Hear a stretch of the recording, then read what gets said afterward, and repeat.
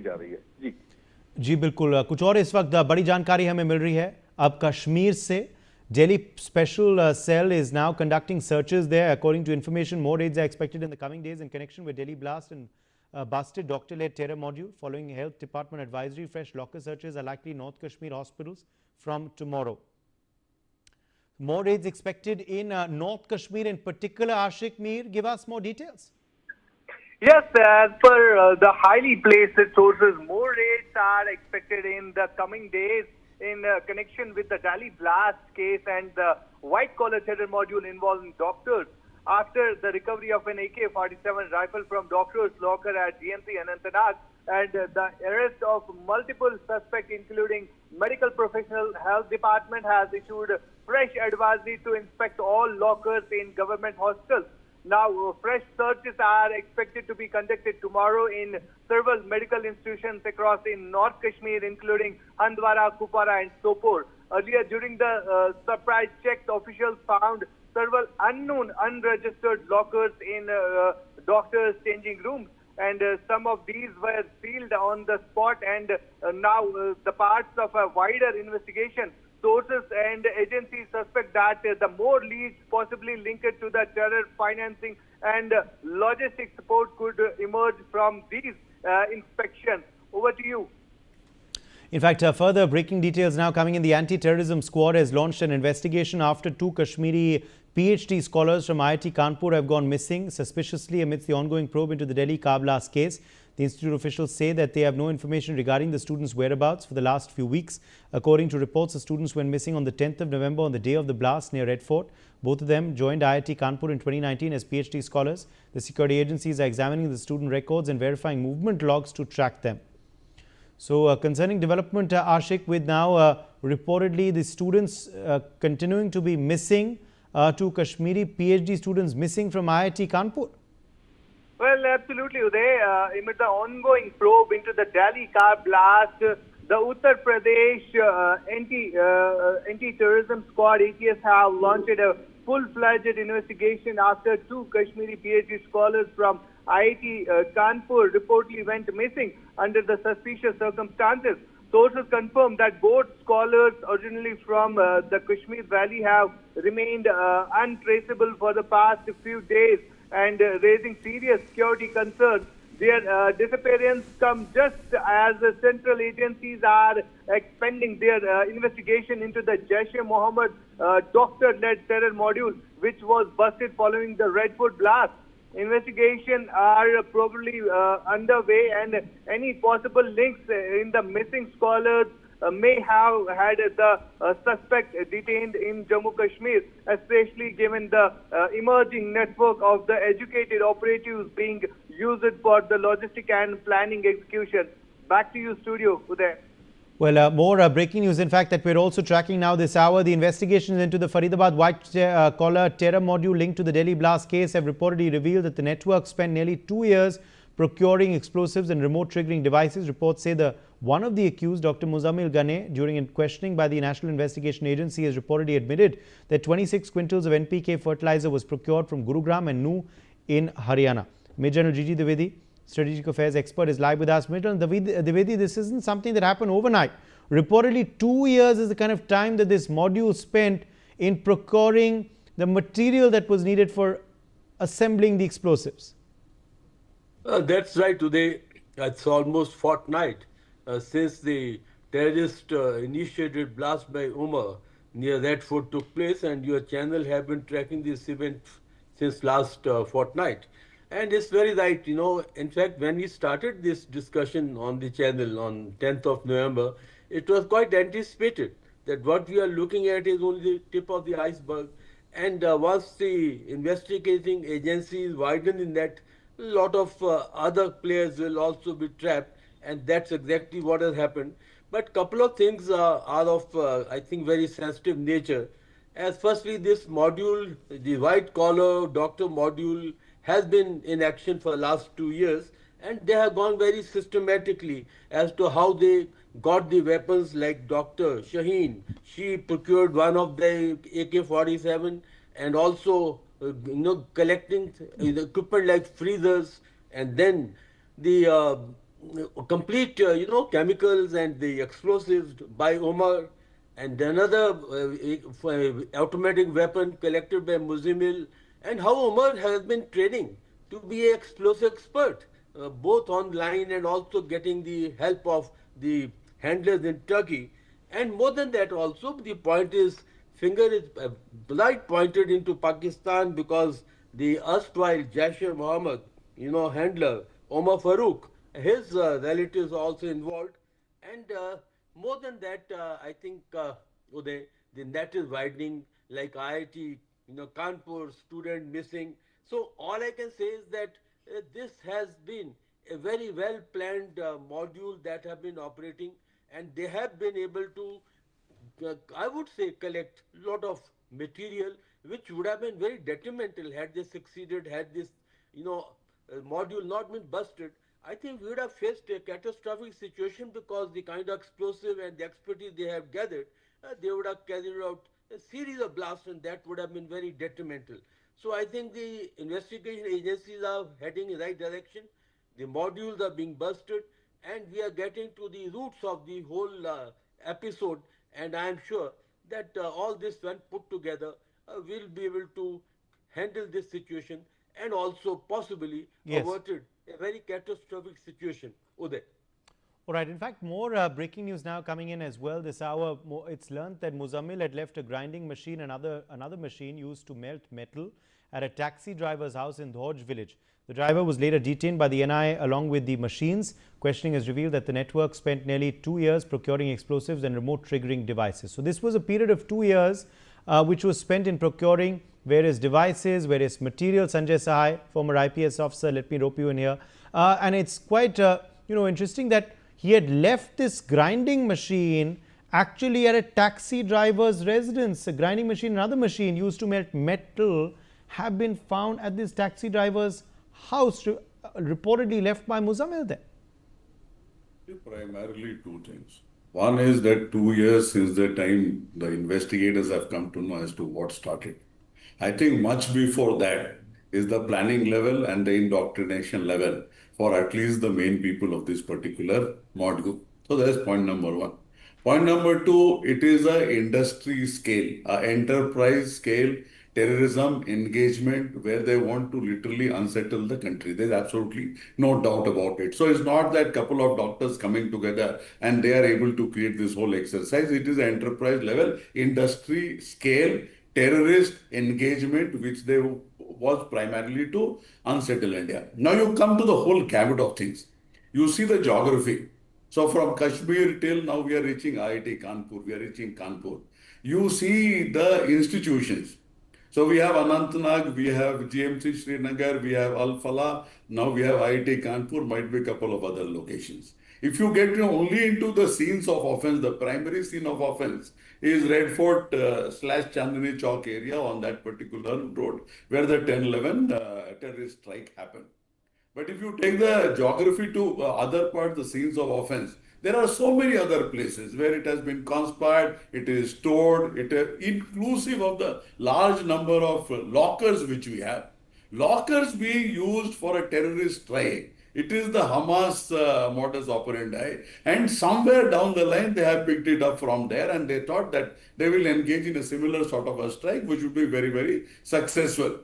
You talk of the communication part. That is another specialization itself. The weapon procurement is a specialization itself. The cover which is being provided is a specialization itself. Now come to think of a situation that during Pahalgam and Operation Sindoor, at least in the public domain, nobody was aware of the fact that something of this nature could have been happening, or there is some suspect. There was some Madam X or some indoctrination, radicalization thing. She was trying to control something here. But for that, there was absolutely nothing in the public domain. So whenever we have found that there is a lull in terrorism, that particular period is primarily used to put all their logistics together, communication together, get explosive, and also plan things in a meticulous manner. Somewhere down the line, I think there is some amount of self-probing which needs to be done currently while we are moving in the right direction. As how we are able to miss every time. We start from Kargil till today, we have been missing it every single time. Currently, also, to best of my understanding, we are in a nascent stage of investigation. If we see the total gamut, complexity, and the spread, there is some handler in Pakistan. There are a lot of communication which needs to be tackled. Suffice to say, what we are doing on our own is certainly very, very commendable from where we started in Ogam.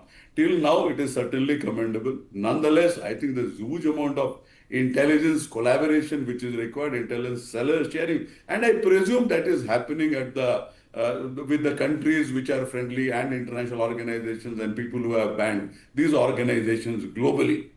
So this is where we broadly stand. The complexity of the investigation, besides whatever is being done, is primarily to how you handle this huge amount of digital evidence and what we are able to extract out of it. And while this operation, I will call it an investigative operation. It's an operation too.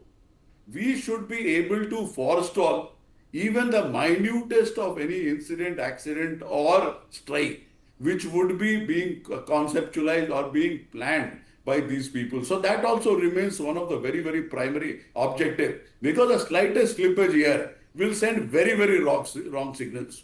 And Pakistan now openly they are saying that they have orchestrated this whole attack. So what will be the response of the government? So that is a different story altogether at the professional level. I think this is enough Right. Let me in fact also get it. some more breaking developments coming in. Investigators have uncovered fresh details in the Jaish-e-Mohammad module bust in Faridabad, revealing a sophisticated network for weapon procurements and explosive fabrication involving Dr. Muzammil, Dr. Shaheen, Dr. Adil and Amir. Investigators reportedly say Dr. Muzammil bought a Russian assault rifle for 5 lakh rupees to a contact linked to co-accused Dr. Shaheen. The rifle was later recovered from Dr. Adil's locker, providing a key breakthrough in tracing the module's arms network. So clearly there was an arms network as well at play here, Major General Dwivedi, and the recovery of this Russian rifle will help perhaps trace that network and bust it. Well, Uday, at the cost of repetition, I would say again that this is all part of the proxy war, which have been orchestrated by Pakistan since the 90s, and before that in Punjab. It was the militancy and happened to have operated in both the theatres for a long time. So what we are seeing is a new phase of the proxy war, and that is using of these, highly educated white collar people to orchestrate the proxy war, because Pakistan has changed its strategy possibly after Operation Sindoor to make it more indigenized. But this has been happening for last more than 2 years. Secondly, it is a mix of, weapons, the explosives, how they are actually going to be planning to orchestrate this whole thing and at a pan-India level. Because when you are unearthing the new networks that are coming up, after all, the IIT-2 students are only tip of the iceberg. There may be many more involved. And one very important point that has come out from this investigation is the ideology. Because Umar was believed in ISIS, that is the caliphate ideology, and the other people were of the Al-Qaeda, means making it a global jihad. So therefore, we need to also look at that this proxy war orchestrated by Pakistan now getting a new phase, the new players. I think this is a very, very serious issue that need to be tackled at the national level, because we are always look at one event to another event, one operation to other operation, but we don't join the dots. The dots have to be joined, and this has to be fought at the national level. And I say again that we need to have a national strategy. We need to have a how to fight the proxy war, and it has to be fought on all fronts, across the borders, on the borders, and in hinterland we need to do a lot of cleaning up. So all I can say, Uday, that this operation cannot be seen in isolation. It has to be seen in totality, and what we are uncovering is only part of this story. I think it is a trailer. Lot more will come up, but I only by two very important things what even Mr. Sahai has highlighted, that intelligence is a 24/7, 365. There cannot be any gap or lull, because moment there is a slight amount of lull, then that you mean the storm is about to come. The second point is that it has to be whole nation battle. It cannot be seen in isolation. It has to be seen in totality because Pakistan is at it. They are openly at it, and more importantly, China is now quite openly backing Pakistan, as we saw in Operation Sindoor.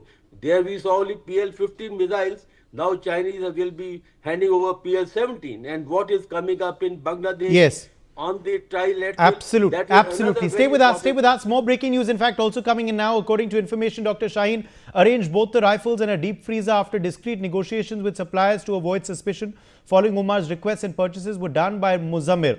So, of course, Sanjay Sahai, clearly, of course, the chain now is getting, is getting wider and wider. The rifles were arranged after discreet negotiations. The supplier needs to be identified. Reportedly, a deep freezer also was procured apart from the rifles.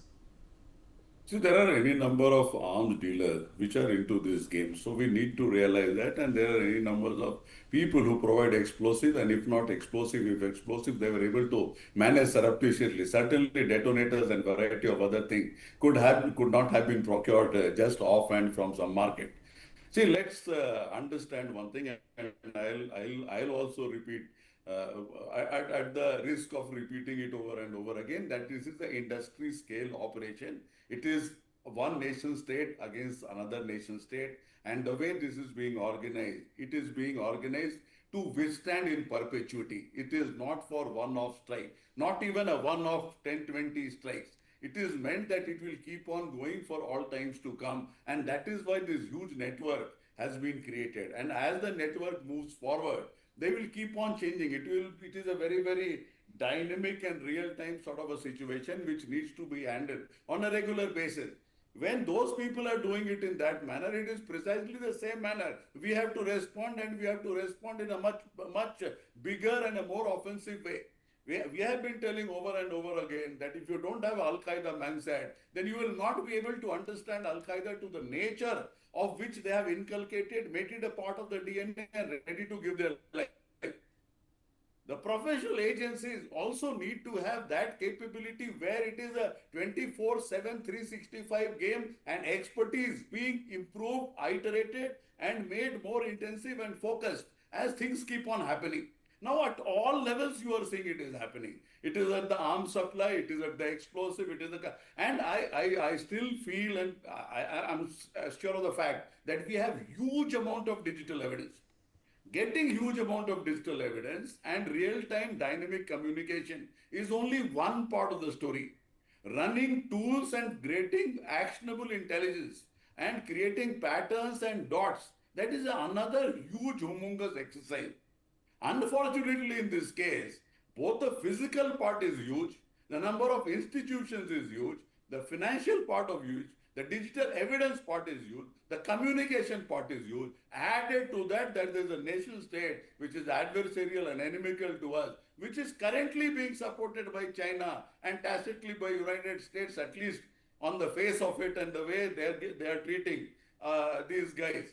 So that is where we stand. We are at the crossroads of a very, very serious terrorist sort of a situation which needs to be worked upon for days and months and at least couple of years together for us to sustain and give them back in the same coin. And lastly, we need to have a Pakistan policy, a very Okay. clear More Pakistan information, in policy. fact, also coming in now. According to reports, the radicalization of the doctors linked to the white-collar terror module had begun as early as 2019 through a social media platform.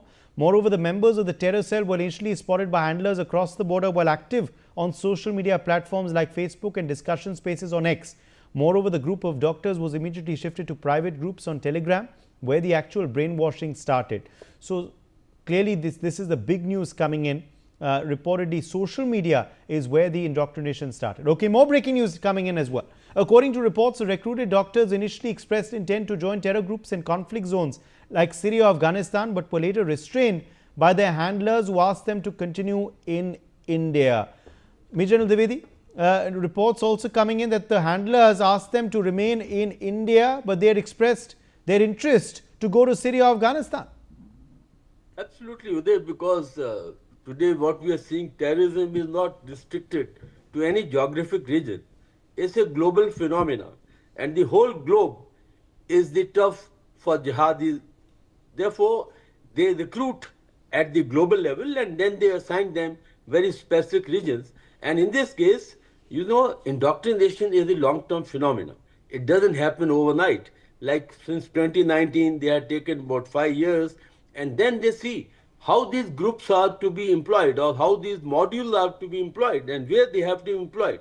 And I said this is a global phenomena, so they pick up the regions which are of consequence, and today India is a target. India is a target because Pakistan believes in the policy of proxy war, they believe in the policy of terrorism, and they have been at it. And so therefore these handlers found that India itself is a very fertile ground for these operators to operate. They needn't be deployed in places like Syria and other locations. So therefore they have kept them handy for this work in India. And my second point is we need to unravel, because there'll be a lot of other institutions, because not in isolation, because it's a pan-India kind of a war that is being orchestrated against us. So we need to actually get into where all indoctrination taking place, because it's on today. And these today's indoctrinated people will be active tomorrow. So it's a cycle. And my last point is, Uday, if you have to defeat proxy war, you have to be one step ahead of the perpetrators, not one step behind. Ironically, today we are reacting. We are not actually proactive, and this strategy has to change. Until we are proactive, we will not be able to defeat the proxy war. Uday.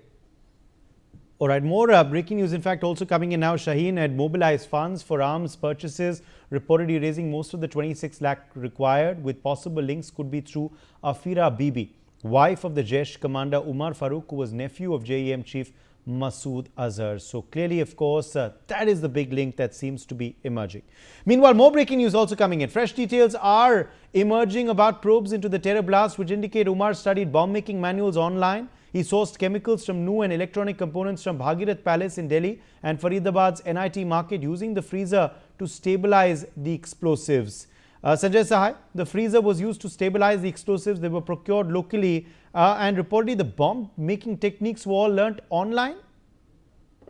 It is very clear that most of the radicalization happens online, and that has been going on for the last 15, 20 years in all theaters of terrorism across the globe. What is critical is whether they are able to impart that sort of an expertise to the person who is being radicalized and that flow, whether he gains that level of expertise so that he can get into any sort of an operation which is sought by the handlers, which is sought by whatever country which is handling this whole operation.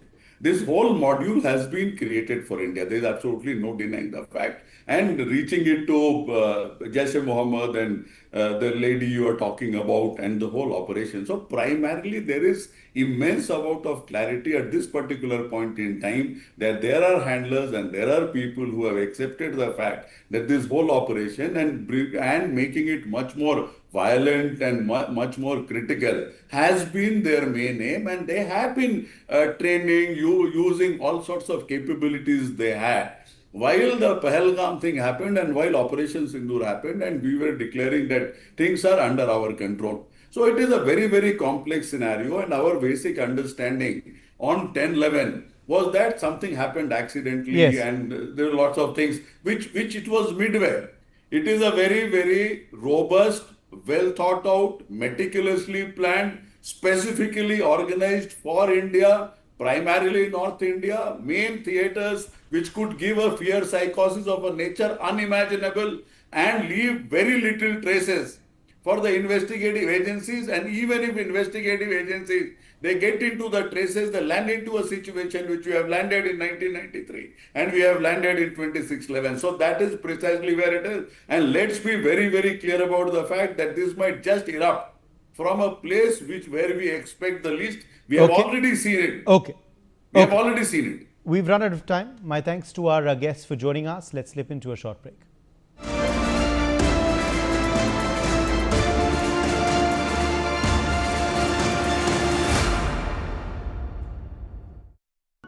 Co-powered by